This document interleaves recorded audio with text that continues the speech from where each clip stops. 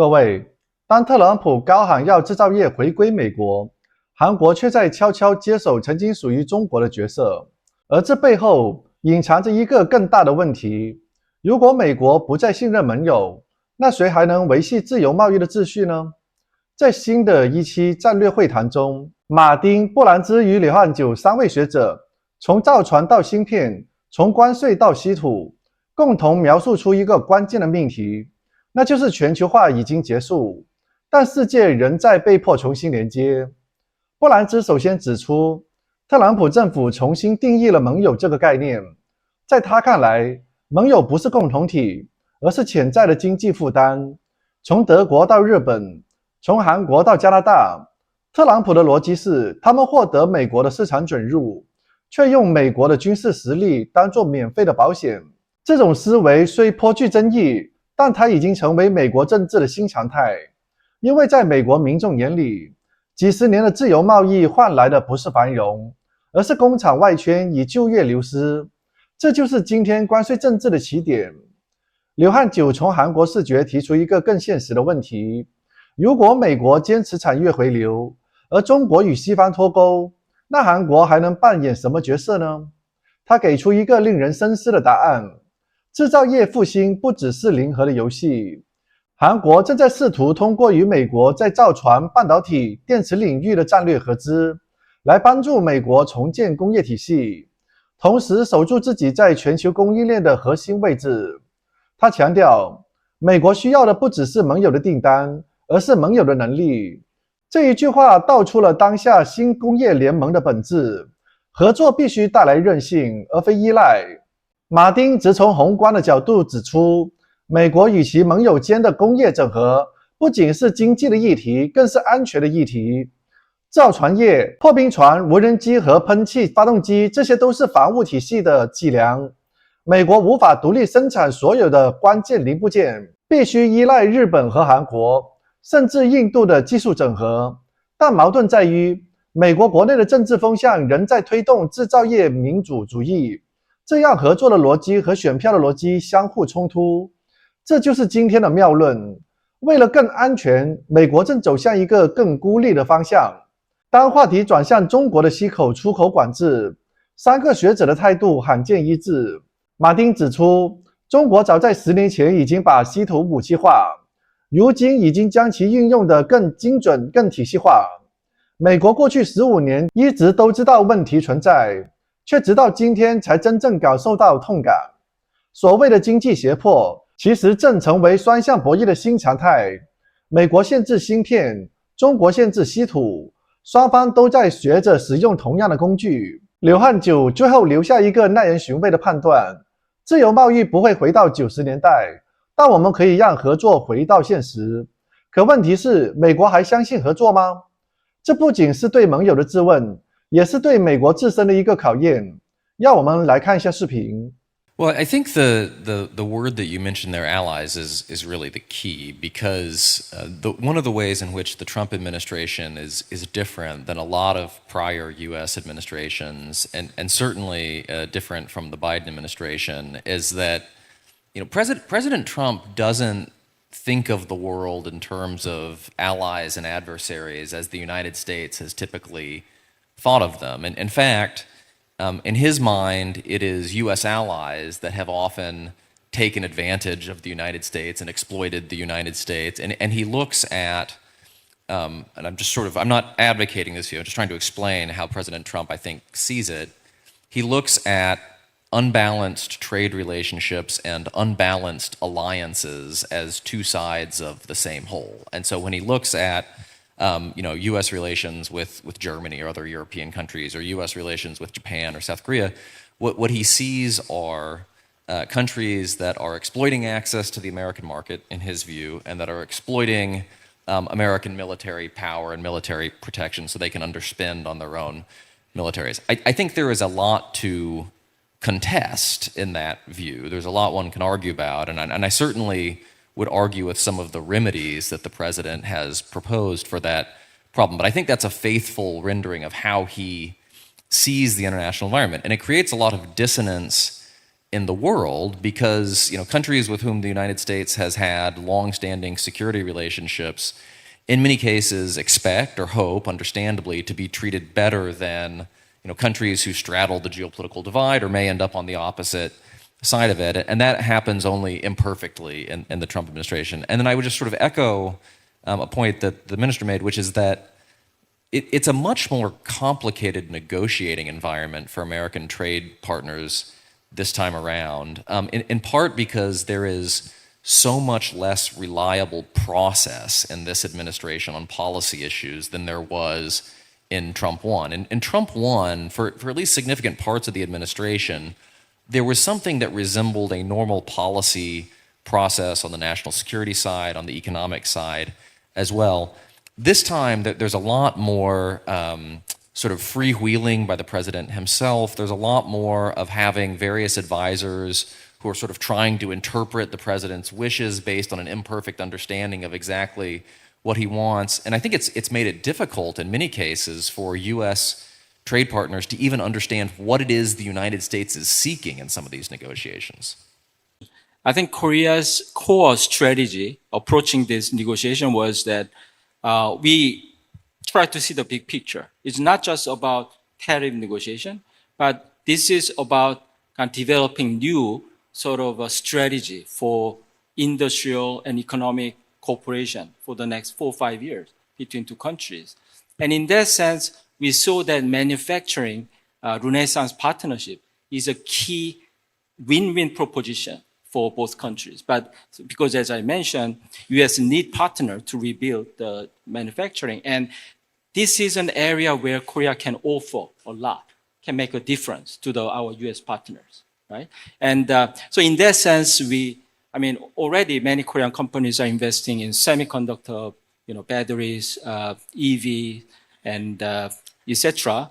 But especially shipbuilding is exactly the area where only Korea can make a difference to our U.S. partners. But because we all know that the U.S. right now is much far behind many of these strategic competitors in Asia, and but Korea is the number 2 after China in terms of the shipbuilding capabilities. So we sort of developed this idea of make America shipbuilding great again by forging this strategic partnership between these two.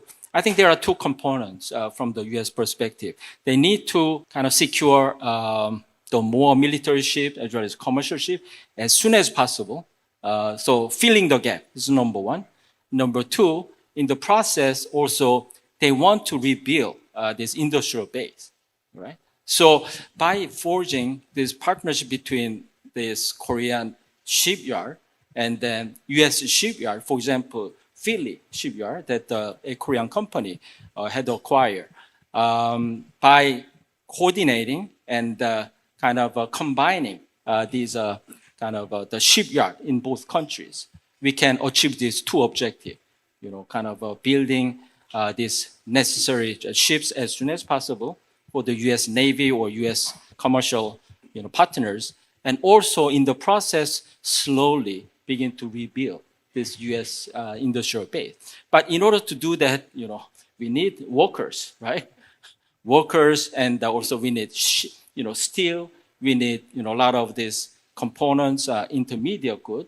So that is why also it is very, very important for the U.S. to need U.S. government to do this kind of streamline all this regulation, kind of blocking this development of this shipbuilding industry in the U.S.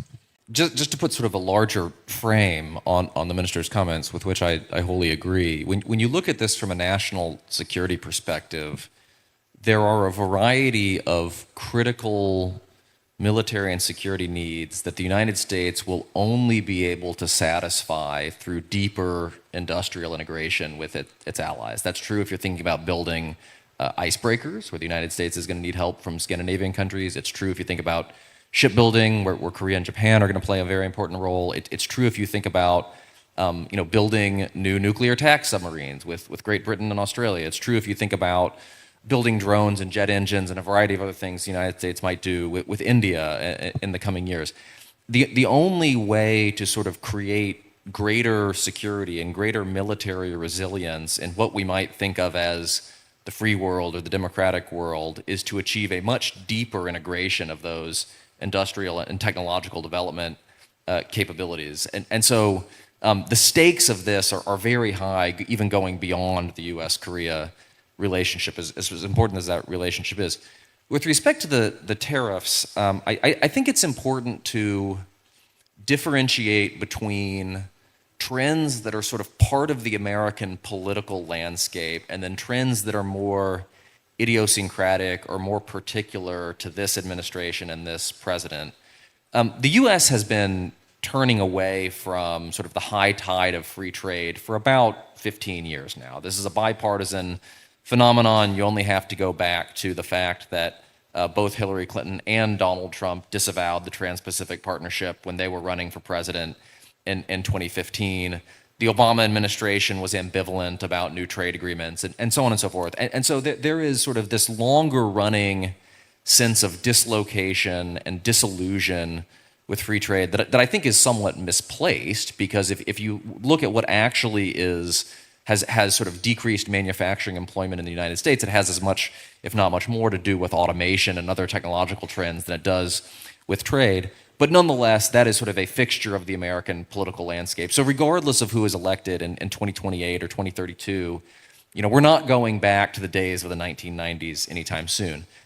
That said, there's a reason that Trump refers to himself as tariff man, because he is sort of consumed with tariffs in a way that I think is not true of virtually any other major actor in the American political system. He views tariffs through his own political lens. He views it through his own economic lens. He has this sense of American greatness that's very much rooted in sort of an 1890s approach to foreign policy. We're emphasizing territorial expansion, high tariff walls, and things like that. And so we know that there are going to be sort of high tariffs as a fixture of U.S. policy as long as Trump is in charge. But I think it's a more open question as to whether the next president would take a similar sort of omnidirectional approach to putting high reciprocal tariffs, so-called reciprocal tariffs, on virtually every country in the world. I think that is more unique to this administration.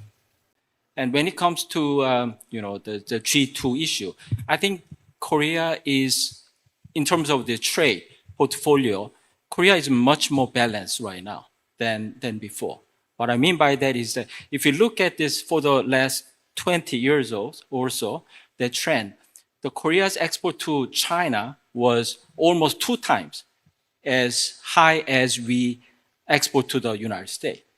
But for the last 3-4 years, that trend has begun to shift towards more balanced, way. So right now, last year, 2024, Korea's export to China was about, 19.5% or so, and Korea's export to the U.S. was 18.7%. So it's coming very, very close. So that's due to the fact that Korea invests heavily in the U.S. and that investment bring in kind of import of intermediate goods, machinery, etc. from Korea to the U.S. So now I think we are much more balanced, terms in terms of trade, because what we learn from all these trade war, etc., is that interdependence is inevitable, especially for a country like Korea. Korea's the trade ratio to GDP is almost 80-90%, actually one of the highest. If except for this European Union, it's one continent, so it's much easier to trade for European countries. But for a country like Korea, it's a very, very high level of open and trading, nation. So in this kind of, for this kind of trading nation, interdependence is inevitable, but overdependence is not good. Overdependence on one country or 2 countries, especially your, kind of strategic security interests not perfectly aligned with a country, I think you could put, your country at in a very vulnerable position. So that's why I think as a trading nation, Korea need to constantly recalibrate our trade portfolio, diversify, make new friends, and make ourselves less vulnerable to any one country. So in that sense, I think we are going in the right direction. And right now we are facing really unpredictable, uncertain trade environment. But I think this could be an also opportunity for us to pursue more this diversification strategy more in general. I think this trilateral relation between Korea, US, and Japan are very, very important right now, strategically aligned among these three countries. From US perspective, this Asia Pacific is a very important strategic, battleground, right? And right now, but Korea and Japan are struggling with similar problem. I mean, the aging and shrinking populations. And although, we are competing in similar industry, but I think the supply chain between Korea and Japan are very well developed. And in this, from, the materials parts and, this higher end, this finished product. And also, if we combine the size of Korea and Japan, for example, GDP-wise, if we combine the size of Korea and Japan, it's a third largest in the world. And in terms of, let's say, the manufacturing capability, also, if we combine Korea and Japan, it's the third largest in the world. Trade volume, fourth largest. So, yes, if Korea, Japan is separate, then, yeah, we can do just, okay. But if strategically the Korea and Japan are combined, economically, and also right now in terms of geopolitical purpose, if these two countries are combined, I think, the two countries can exert more bigger influence on the global stage. And especially between this, competition between US and China in this military sense, but as well as this trade and also the economic sense. So I think right now, that's why President Lee this time made the first stop in Japan before he visited the United States. This is the first time ever for a Korean president to visit Japan ahead of the United States. So in that sense, I think the Korea and Japan, yes, we have some, we are close neighbors, so sometimes, we're going through up and down in the diplomatic relations. But I think it's time for us to look at big picture in a more strategic way and, constructive ways to work together with Japan. Yeah, the question of why the United States was so surprised by the impact of the Chinese rare earth export controls is an interesting one because we sort of, observers have known for about 15 or 16 years since China imposed curbs on rare earth exports to Japan during a maritime dispute in the early 2010s that this was a weapon that China was willing to wield. But I think that what sort of took American observers by surprise was the degree to which China had really sort of refined and sharpened the tool over the intervening period and turned it from sort of a blunt instrument that was hard to wield effectively to one where the government really had a better understanding of how the supply chain worked, that had a better view of how sort of the private sector landscape looked on this issue within China. And so it was able to be used with much more considerable effect. The related question is sort of why didn't the United States try to do anything about this dependency in the 15 years between 2010 and 2025? And the answer, I think, is just that it's kind of a hard problem. So rare earths are not particularly rare, but actually refining and processing them and getting them to market, it involves some pretty complicated processes.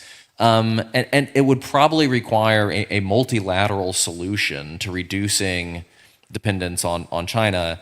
And so this was one of these problems that I think everybody in the last administration and probably in the Trump 1 administration before that sort of understood was an issue, but it was like relatively far down on the list because it was so hard to deal with.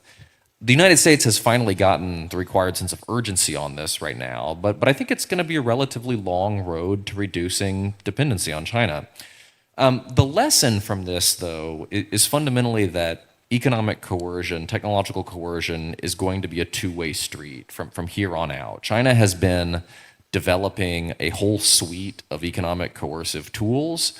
In many cases, it has learned from the United States. It has emulated a lot of the tools that the United States has used against China over the past 5 or 6 years. The U.S., of course, has used export controls quite aggressively in technological supply chains and with respect to semiconductors in particular. And so this is going to be much more of sort of a back and forth contest in coercion and counter coercion in the years to come.